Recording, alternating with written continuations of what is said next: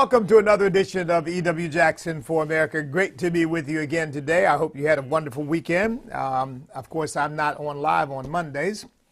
I take a little opportunity to rest on Mondays. And but my sermon from Monday should have aired yesterday. I assume it did. It should have been in sort of in the regular order for that to happen.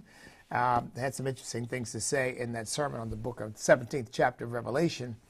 I've been talking about China potentially as the harlot, the Babylon that is mentioned in the book of Revelation as this great behemoth that sort of captures trade all over the world and uses it to corrupt people. Now, of course, we don't know how soon Jesus is coming back, and things could have changed by that time. I don't think it's that far off, but I think China is an excellent candidate for the harlot of Babylon, because China's corrupt influence is really capturing the entire world, including, sadly, our own country right now. But that's not my topic for today. But if you didn't listen to that message, you want to check it out. I'm not going to spend time talking about Super Tuesday, which is today. And it's a very simple reason. I'm kind of amazed that, the mainstream media is spending all this time on it. The primary's over. It's done. Donald Trump has won the Republican primary, period. It's over. Now, I don't know. I suppose you got to cover it because something could happen. But the way they're acting like there's some real contest between Donald Trump and Nikki Haley. We're going to have Donald Trump and Nikki Haley on. I mean, Nikki Haley's a dead letter. I mean, she's done. She was done the moment she started. Nikki Haley was never going to win the Republican nomination. I said before, there were other candidates who got more coverage. I got none. Who got more coverage than I did. But I had a much better chance of winning the nomination than they did. Of course, I said from the very beginning, everybody's a long shot except Donald Trump. Donald Trump is poised to take the nomination. So if you're running because you really think you're going to overtake Donald Trump and take the nomination, other than maybe a Rick DeSantis, so you got $100 million in the bank, you're delusional. So you got to have another reason for running.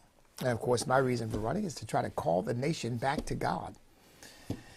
But at any rate, so I dropped out on December the 14th. For those of you who are not aware, December 14th, I officially ended my campaign. Some of the others, like William Hurt. Do you even know who he is? William Hurt got interviews on Fox and got plenty of opportunities to get the word out, and he was another one. Wasn't going anywhere. Christie, New Jersey. He wasn't going anywhere. The governor of Arkansas, he wasn't going anywhere. These people were just, and the sad thing is, at least I had a message. They didn't even have a message. What was Chris Christie's message? I hate Donald Trump. What is Nikki Haley's message? Let's not be too conservative. Yeah, right. Very, very inspiring. And for whatever reason, I'm drawing a blank on him right now, but it'll come to me. And the governor of Arkansas, what was his message? I don't know. I don't think he knew. It's sad to say. I don't think he knew. And even Vivek Ramaswamy, what's his message? Hey, I'm young, I'm Indian, I'm rich. He's American, but I'm young. I'm an American of Indian background. I've got an interesting name, and I've got a lot of money to spend. Wouldn't trust him as far as I could throw him. No, not me. And I think if Donald Trump were to choose him as his vice presidential pick, it would be one of the worst mistakes he's ever made for the United States of America. And I mean that. I think it would be a horrible mistake. Horrible. Because I put him and Nikki Haley in the same category. And since neither of them had their conservatism rooted and grounded in Judeo-Christian principles and values, I don't trust their conservatism in the first place.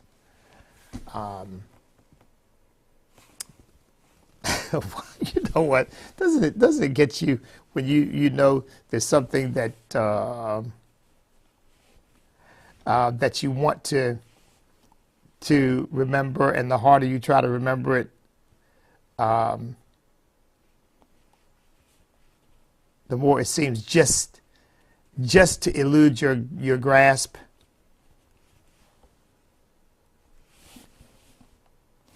Asa Hutchinson, that's it. Right. Asa Hutchinson. Well, the ultimately forgettable Asa Hutchinson. So, but at any rate, it was, they were never going anywhere. And whenever I appeared on the stage with any of these other candidates, I never appeared on stage with Vivek Ramaswamy. I mean, Vivek is a pretty good speaker. I heard him speak at a Christian organization one time and wondered why in the world they had him speak, particularly after I found out that he was a Hindu, and thinking, well, why do they have him speak? Politics. But at any rate, so that's we don't need to waste our time talking about talking about Super Tuesday, because it's over. It's over. Now, the question is Donald Trump going to win the general election? That's not over. And right now, the national polls show him leading by only 2 points. And that's not a sufficient margin by any stretch of the imagination. I don't think we can say, well, that's in the bag. Because if you put together the Democrats' willingness to cheat, I heard a commentator say not too long ago, okay, the polls mean nothing because the Democrats are great at turning their vote out. Because remember, because the Democrats are based in urban areas, they have machines. Those political machines, just like Tammany Hall, once of New York, they actually turn votes out. And I think most of them will manufacture votes where they need to. But they actually go collect people up, tell them how to vote, get them to the polls. And they're particularly good at doing this with black folks, probably good at doing it with Hispanic folks too. Because they tell them, you know, they're going to take away your benefits. They're going to take away your welfare check. They're going to take away this. They're going to take away that. They're going to put you back in chains. You better get out there and vote. Just here's the Democrat ballot. Just vote straight Democrat. And you vote for atheists and homosexuals and gender confused, sexual perverts. A lot will have you voting for pedophiles before it's all over. Because after all, they're an oppressed class and they understand what it means to be oppressed. I mean, just a complete moral sewer. But their machine knows how to turn people out. Living people, dead people, registered people, unregistered people, citizens, non-citizens, they know how to turn them all out and get them to the polls. You know? And folks, I don't think, that might be a slight exaggeration, but it's not much. It's not much of an exaggeration, because I think that's the way they play the game.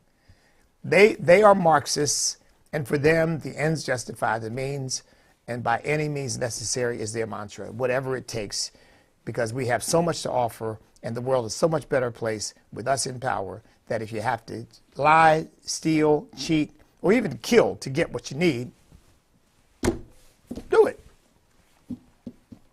I mean, after all, they are admirers, most of them, of Mao Zedong, right? I mean, they love him. They just, I mean, they were Fidel Castro, Che Guevara, and these are their heroes. These bloodthirsty, power-mad, murderous thugs are the people that they look to with great admiration. Remember Anita Dunn, Barack Obama's former communications director and a senior advisor for the Biden administration, once famously said Mao Zedong was one of the people that she looked to for advice. When I'm really facing problems, I look to Mao. And she threw Mother Teresa in there too, but I think that was just to say, well, I don't want to sound too communist, so I'll throw Mother Teresa in there as well. I don't think she a bit more cared about Mother Teresa than the man in the moon. How in the world are you going to put Mother Teresa together with Mao Zedong? Mother Teresa trying to help people live, Mao Zedong killing people by the hundreds of millions. Come on, it's a joke. Okay, all right. At any rate, I'm kind of free associating here.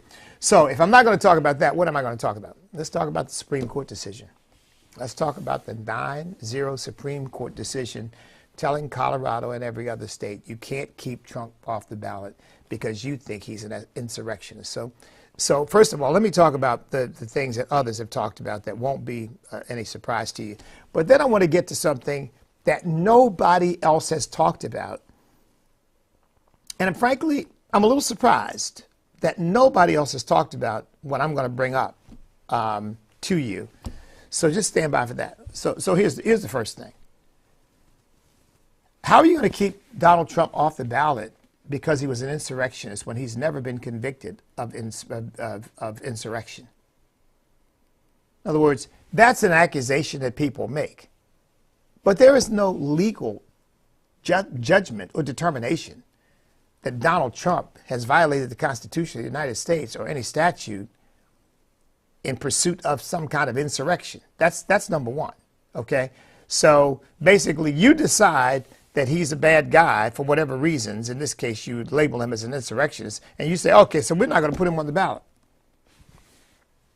I mean, that's a denial of due process. That's a denial of the man's legal and constitutional rights. I mean, that's a denial of the American people's right to vote. I find no record of anybody, of the hundreds of people who've been convicted for the January 6th activities. I find no record of anybody being convicted of insurrection. Not a single person. You look it up. You see if you can find somebody. Obstruction of a federal proceeding, conspiracy to obstruct a federal proceeding. I guess in some cases people have been charged with some kind of assaults and certainly destruction of federal property and these kinds of things. How in the world you come up with 22 years in prison for some of these folks? And look, and I believe that to those who went into the Capitol without permission, and of course we know that that's even murky because we saw the Capitol Police ushering certain people in, and we saw a film of people walking around almost like they were escorted by police and there was no issue. But you know, you keep hearing these stories about the violence and the mayhem and all of that. I don't think any of us has seen the entire story. I would love to see the entire story and get a sense of what actually happened. But this is what I do know. The only person who actually got killed, no matter how much they tell, 5 police officers were killed. Well, these people died in other circumstances. They weren't killed at like they were attacked and murdered on the site of this protest gone wrong. I mean, so come on. But here again, it's just like the word insurrection. These people, they exaggerate. It's like Adolf Hitler. You tell a lie over and over and over and over and over and over and over again. Then ultimately the lie becomes the truth in the minds of people. And I forgive the association to Adolf Hitler because people will immediately say, well, are you saying they're like Adolf Hitler? Well, I'm simply saying that it's the same process. It's the same brainwashing, indoctrination, propaganda process. He's not the only one to use it. He's just the one who comes most directly to mind because I think he actually said that you know, you knew how to persuade people of a lie. You just keep telling it over and over and over again. And he also said the bigger the lie, the better, because people more easily believe a big lie than they do a small lie. I haven't seen anybody convicted of insurrection, not a single person. But somehow Donald Trump is an insurrectionist. I remember I was watching that speech. I wasn't there, but I was watching that speech when he said, we're going to go peacefully and patriotically to the Capitol. Peacefully and patriotically. Now, how in the world you come up with insurrection out of that, I do not know. But, of course, people have said that he tried to take over the beast and he was fighting with the Secret Service and this, that. I mean, you know, they've just done all kinds of things, try to paint the man as a complete nutcase. But that's par for the course. Okay, so you can't simply label a man and then deny him his legal and constitutional rights on the basis of a label that you put on him. Okay, that's like what happened during COVID when the governor said, well, basically, we're saying we're closing churches. Well, what about the First Amendment? Well, it doesn't apply right now. Says who? Says me. Oh, really? So you're going to deny me my First Amendment rights, my right to go to church, because you say I shouldn't be able to go. And the scientific basis for this, first of all, there's no scientific basis, but the legal basis for this is what? Your personal edict. There's no such thing as an emergency that suspends our constitutional rights in the United States of America. It doesn't exist. I'm not saying there couldn't be circumstances where, in effect, constitutional rights are curtailed just because of the circumstance. Say, for example, where we actually came under attack. It was a time of war. And then, there are a lot of things that you'd simply do because they have to be done, or that you can't do because it's simply not possible under such circumstances. But that's the only circumstance in which I can even imagine our civil rights being curtailed because out of some kind of necessity. And even then, that's got to be based upon due process. That's got to be based upon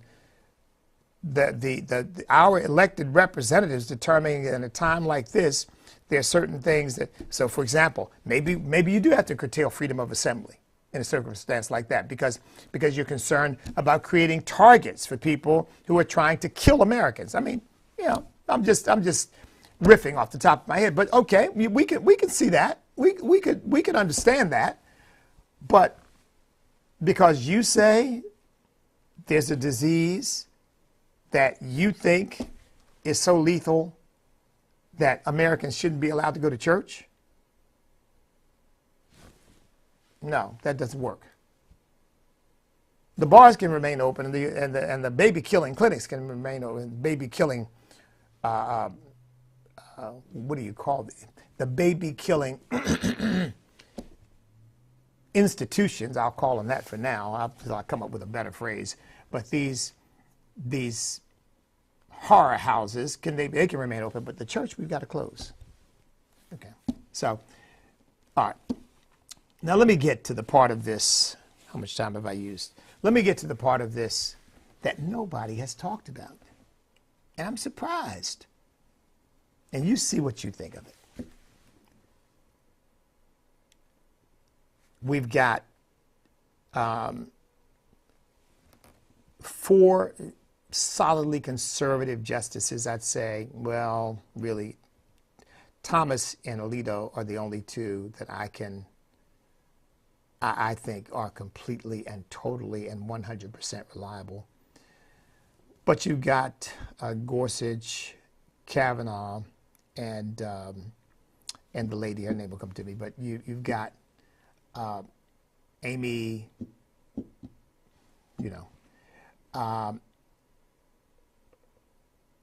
so they form a conservative base of 5, and then you've got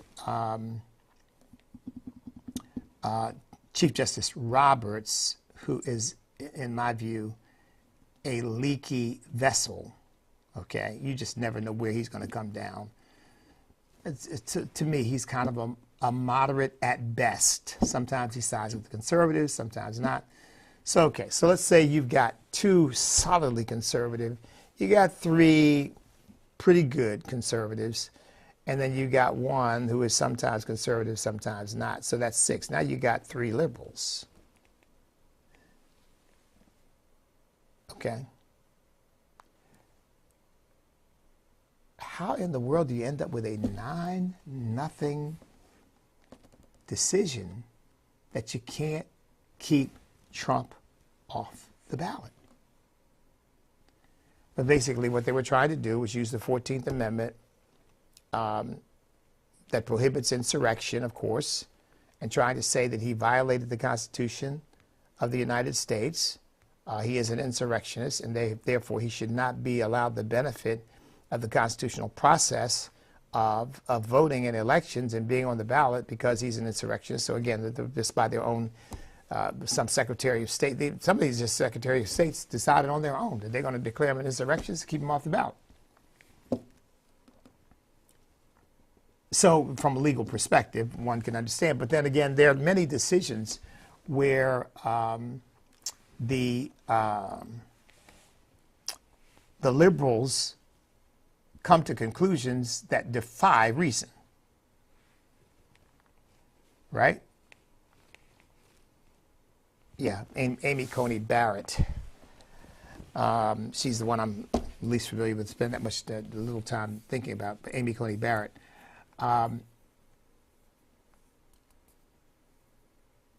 So how is it that you end up with a 9-0 decision? Now, I'm going to tell you what I think about this, and this is something that's worthy of discussion, even if my speculation may be wrong. I really believe that behind the scenes, when they were discussing this case, an issue came up that has not come up as far as I am aware, in the public domain. I haven't heard any commentators talk about it. I haven't heard any politicians talk about it. I haven't heard anybody talk about it, but I'd be shocked if it didn't explicitly come up in the discussions of the justices when they were mulling over this case. Civil war. Civil war. Because look, the last time you had states saying that they would not accept a certain person, namely Abraham Lincoln, as president of the United States, that they would not accept the legitimacy of his presidency, was just before the Civil War. And when Abraham Lincoln was in fact elected president of the United States, one by one, Southern Democrat states decided they could not accept it, and they were seceding from the Union. Remember, I said to you that there were two issues, really, that the Civil War was fought over. Everybody thinks of slavery, and slavery simply provided the context for the battle over another principle that had to be resolved. And that is the Union an indissoluble union, or can the states that voluntarily entered into that union voluntarily leave it? Remember, I told you that Andrew Jackson had a big battle with South Carolina over tariffs, and they were threatening to leave the Union, and he told them, now Andrew Jackson, pro-slavery, and South Carolina, pro-slavery. And Andrew Jackson told them, oh, no, you cannot. Oh, no, you will not. And if you try something like that, I will send troops to bring you to heel. So clearly in Andrew Jackson's mind, America, the United States of America, are indissolubly united. But in the mind of South Carolina politicians, they were thinking, oh, no, we're not. No, no, no, no, no, no. You start doing things we don't like, and we can leave just like we came. So that was over tariffs. That had nothing to do with slavery. So slavery simply provided the context in which this issue was going to be resolved. One would like to say once and for all. Now you kind of wonder. But Abraham Lincoln said, no, we are an indissoluble union, and no state in it can leave. And we lost 600,000 people fighting over that principle. And of course, ultimately, the Union was reconstituted, and the Confederate States ended, and the United States of America once again was, if you will, reborn. That's what Abraham Lincoln said, this nation shall have a new birth of freedom. And that's exactly what happened. So we came back together as a single nation. Now, here's why I'm surprised that this has not been brought up. Because if an individual state can say, we will not accept a candidate for president of the United States on the ballot, why can they not go the next step of saying what the southern states said about Abraham Lincoln? We will not accept the legitimacy of that candidate, even if elected. That candidate was not allowed on our ballot, and therefore we are not recognizing that candidate as president of the United States. Folks, that's exactly what happened before the Civil War broke out. And you can't tell me that these, for the most part at least, I'd like to think, highly educated, very historically knowledgeable Supreme Court justices were not aware of the obvious analogy, the obvious comparison in these two situations, where you've got individual states deciding who can and cannot be on the ballot for president of the United States, which is a way of deciding who they will and will not accept as president of the United States, right? I mean, that's, of course, to say you can't be on the ballot is to say you can't be a legitimate president. And that's exactly what the Southern states said about Abraham Lincoln. And we are not recognizing his leadership. They say, well, isn't that what Donald Trump was trying to do to Joe Biden? Well, Donald Trump was an individual trying to say that he thought that the election of Joe Biden was illegitimate, that it was based on cheating, based on fraud, based on manufacturing votes, what have you. That's a very different situation than having multiple states say, we will not accept Joe Biden's election and we are going to go our own way and govern ourselves. Or we're going to form into a conglomeration of conservative states, the conservative states of America. That's not what was happening. It was Donald Trump trying to bring a challenge, which would have been the same thing as I can't even remember who Abraham Lincoln's opponent was, but his opponent trying to bring a challenge, as opposed to the Southern states saying, we're leaving. We don't accept Abraham Lincoln as president of the United States.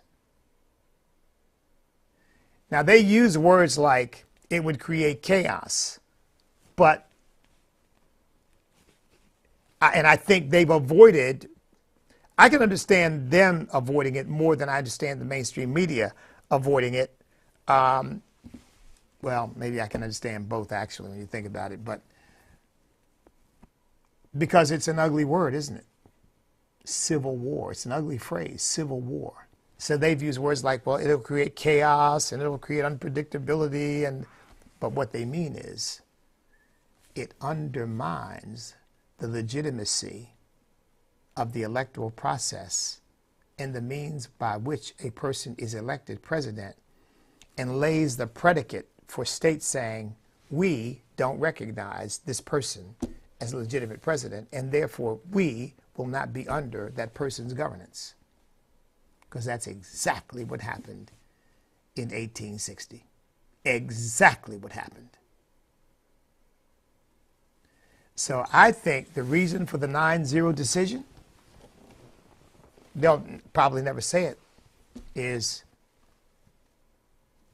we're afraid of civil war if we walk down this road.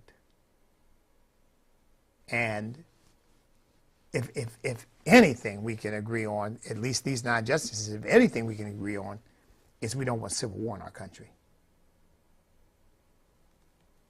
And if we allow one state to do this, 2 states, 5 states, 10 states, the blue states to do this, that's the road we're marching down. Now, nobody else has brought you that analysis, as far as I know at least, except me. But I've been thinking about it ever since the decision came down. How do you get a 9-0 decision? Sure, I believe that the logical and factual merits are on the side of a 9-0 decision, but I think there was far more to it than that. I think that these liberals understood the implications of what Colorado and other states were preparing to do. And they looked back in history and said, man, that is a bad precedent. And it leads to some very dangerous consequences. Let's nip it in the bud. Let's stop it right now before it can even take root, before it spreads like a plague. Let's just stop it right now. Now, I want to give these liberal judges a little bit of credit. I can't give them too much because, after all, they're liberals. But I think at least they understand that a civil war in America is not going to benefit anybody. I mean, you're talking about a painful, ugly process that it will take a long time to come back from, if you can ever come back from it. You're talking about a process that could forever topple the United States of America as a superpower. It could relegate us to a completely different status as a kind of second-rate country if we would allow ourselves to degenerate into that. So, having said that, let me add this. I don't think the Democrats care. Just like they didn't care in 1860, I don't think they care today.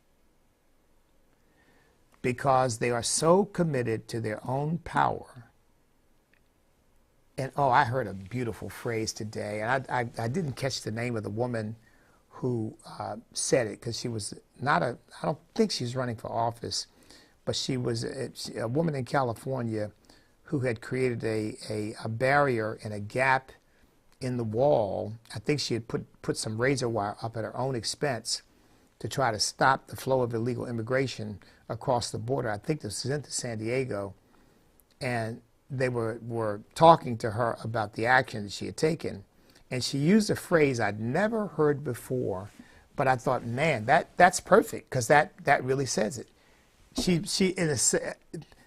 I'm paraphrasing what she said, but the phrase is an exact quote. She said, in effect, look, these Democrats are committed to Democrat supremacy, and they don't care what it takes. And I thought, man, that's perfectly and eloquently stated. Democrat supremacy. That's what they want. You know, I had some folks, because this whole Winsome Sears flap, and then people just sort of smearing Winsome with me and some things I'd said about homosexuality. So whenever they get on one of those rants, they always bring back, you know, all the quotes that I've spoken, all the things that I've said, and you know, how really bad they were. And one of the things they brought up was my analysis of the Three-Fifths Clause.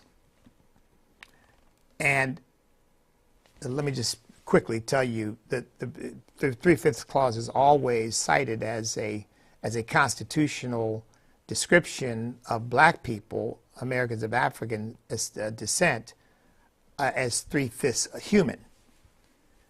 And I pointed out that it was not that at all. That it was, in fact, the best the North could do to limit the power of the South, and that it was really anti-slavery, not pro-slavery. It was really anti-slavery, and oh my goodness, then they brought that up, and this is a crazy thinking. But you know, when people are really ignorant of history, and they're engaged in cult-like thinking, facts and information don't help them. And to me, there's a very simple way of analyzing this that makes clear what the proper conclusion is. Who would it have helped if black citizens, if black Americans weren't citizens at that point, had been counted as a whole person? In other words, the entire slave population had been counted as whole people. Who would that have benefited? For the people who say, he said he's so stupid, he said that was anti-slavery. Who would it have benefited if they had been counted as a whole person? Slavery. Because what it would have done was given more representation for the South by counting the entire slave population, although they couldn't vote, they had no liberty, they had really very little possibility of exercising any kind of freedom whatsoever. Okay, they're treated like, in effect, like chattel, because that's what they are. They're human beings who happen to be owned. But if you count every single one of them as a whole person, it adds representation to the southern states, which including people the black slave population, who had absolutely no power, no vote, no nothing. It helped the slave master class. I rest my case. I said the Three-Fifths Clause was anti-slavery because at least it did not allow one-to-one counting of the slaves for the purpose of adding congressional representation to the southern states. The more congressional representation the southern states had, the stronger the slavery lobby is in the United States Congress. Folks, I mean, that's just basic history. Would it have been better if they not accounted them at all? Sure. But then they didn't even count them as a human being. And you want to say, that would have been better, dum-dum, because it would have been a greater limit on the power of the South. It would have been better if they counted them as and by the way, they weren't counting them as individuals, it was population. 3/5 of the population would be counted. It'd been better if they counted half the population. Never said anything about an individual's worth 3/5 of a human being. It was the population because that's the basis of determining congressional representation. At any rate, I said all that to simply say that we have people in our country who don't care what it takes to get and keep power. And if it leads to a civil war, I don't think they even contemplate that. I don't think they care.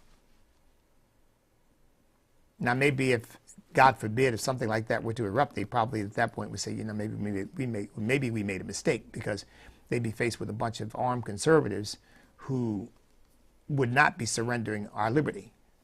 So I would think they would probably have second thoughts at that point. But they don't think that's ever going to happen, and I hope it doesn't, obviously. They think, like the good Antonio Gramsciite communists they are, that they can take over without ever having to fire a shot, that they can do it like they did it in California, in Massachusetts, in Vermont, and other places where they create one-party hegemony, one-party rule. And that Republicans and conservative ideas and people have nothing to say. They have no power whatsoever. And off the cliff we run. I think that's the way they approach this. So they don't think that those kind of dire consequences would ever come to pass. They think what's going to happen is that ultimately, through illegal immigration, through lying, through cheating, through stealing, through indoctrinating our next generation in these colleges and universities that are nothing but indoctrination camps, through the entertainment media, through journalism, through the mainstream media, they will brainwash and indoctrinate enough people, and they'll have enough people coming over as illegal immigrants that, lo and behold, you look up one day and they've got complete ability to control every single presidential election, and of course, probably the majority of congressional and Senate elections in the country as well, and literally run the country the way they want to, turn America into California. I think that's what they're really after. And it doesn't matter to them how they get there. Just as the Democrat Party in the antebellum South was absolutely determined to preserve slavery, and it didn't matter what it took. Now, by the way, this wasn't even the majority of people in the South, but they were loyal. See, that whole issue of state sovereignty, they were more loyal to their states than they were to our country. And by the way, I think after the Civil War that ended. I think after the Civil War, people began to think of us at that point, and began to think of themselves at that point, not as citizens of a state per se. Not that we don't still have that, obviously, and I think that's at its highest level in Texas, but really as citizens of the United States of America, first and foremost. And we needed that, by the way, in order to provide some national cohesion, in order to hold us together. So I'm grateful that it was a 9-0 decision, that you can't keep Donald Trump off the ballot, because I think that is the kind of thing that moves us further from a violent confrontation in our country between these two opposing forces. The forces of good, constitutional governance, Judeo-Christian values, traditional family, individual liberty, looking at each other as individuals rather than based upon the color of our skin, all that. That to me, that's the side of the angels versus this evil. Let's kill babies. Let's operate on kids. Let's deny people their First Amendment rights, their Second Amendment rights when we don't think it's convenient or appropriate because they're engaged in hate speech, and people don't need guns to defend themselves today, and let's make sure that our colleges and universities are beholden to communist China, and let's teach our people how to be good communists and how to be good sycophants to an overpowering, overweening, overwhelming governmental structure that provides everything for everybody and takes care of everybody and gives hotel rooms to illegal immigrants and cell phones to illegal immigrants and gives money to illegal immigrants and basically so we can just keep bringing people in, keep adding to our population of folks who are dependent so that they will vote the way we want them to vote when the time comes. And so then now we're in power permanently and we don't ever have to worry about being out of power. Because there's not enough people here to get us out. Because we've now created an unassailable governing majority. That's what they want. That's what they want. You say, well, don't Republicans want to do that? Well, sure, I'd love to have that, but not by illegal immigration, not by cheating, not by lying, not by frauding. I'd like to persuade the American people that the vision we have for the country is better than the vision that they have for the country, that the vision we have for the country is uplifting and encouraging and life-affirming, and the vision that they have for the country is demonic and destructive and death-inducing. I mean, China's pouring fentanyl into our country right now through the cartels. In fact, I heard one analyst say that they really believe that the cartels are really now answering to Communist China because Communist China is their bread and butter. They're funneling fentanyl and money and paying for all of these Chinese nationals to come through and basically supporting the cartels in their human trafficking. I mean,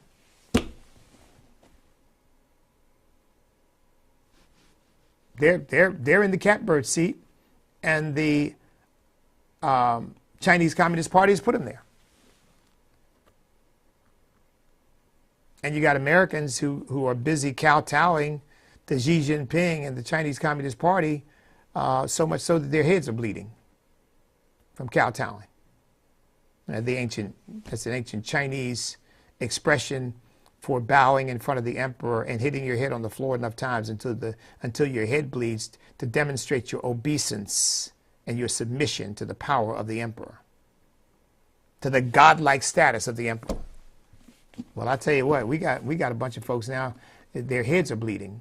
Joe Biden, Hunter Biden, LeBron James, all these big tech moguls who are busy just kissing Xi Jinping's feet in order to keep making that Chinese money. Well, that's going to do it. I've got to, oh my goodness gracious, I really am out of time. But I just thought I'd share that with you because I think that is something that needs to be talked about, that we need to be aware of. I think the best way to avoid civil war in our country is to really raise that issue and say, it would be terrible, it would be bad, we must avoid it. We must do those things now that lead us in the direction of peaceful resolution of our differences. And to me, that means the vigorous defense of our First Amendment, the vigorous defense of our Second Amendment, the vigorous defense of the rule of law, the vigorous defense of our borders and our sovereignty, the vigorous defense of our international interests as a nation, as a sovereign nation, rather than being, spending all this money all over the world trying to push atheism and trying to push homosexuality and trying to push killing of unborn babies. I mean, we're actually spending taxpayer dollars promoting this stuff, this wickedness around the world. And in the meantime, communist China is eating our lunch. While our kids are watching TikTok and being brainwashed, Chinese kids are watching TikTok and learning science and math and high tech and all this stuff. They're not allowing them to be brainwashed with the stuff that is being poured into the American mind. Oh yeah, they're allowing them to be brainwashed with communism, but also with all kinds of technical skills and abilities that is going to benefit the Chinese people. They're undermining us within. They're taking the tool of TikTok, undermining us from within, and then using it to strengthen themselves in communist China. And you got the Biden administration just bowing to it, and all these, Bill Gates and Mark Zuckerberg and all these big tech moguls, just their heads are bleeding, like I said. Well, that's going to do it for today. God bless each and every one of you. Hey, by the way, I'll be on Wednesday night with Andrew Womack on Truth and Liberty as a guest. He'll be introducing me as a new host. That's this coming Wednesday night, 5:30 p.m. Eastern Time on gospeltruth.tv. Gospeltruth.tv. Soon coming to a cable network. But in the meantime, live streaming on gospeltruth.tv. By the way, I will be speaking. Oh, my goodness. Let me not forget to mention this. I should have mentioned this a while ago. But I will be speaking at, let me find it. There we go. At March Like a Champion. Oh, this is going to be a great time, folks. This is going to be at First Baptist Church Indian Trail, 732 Indian Trail,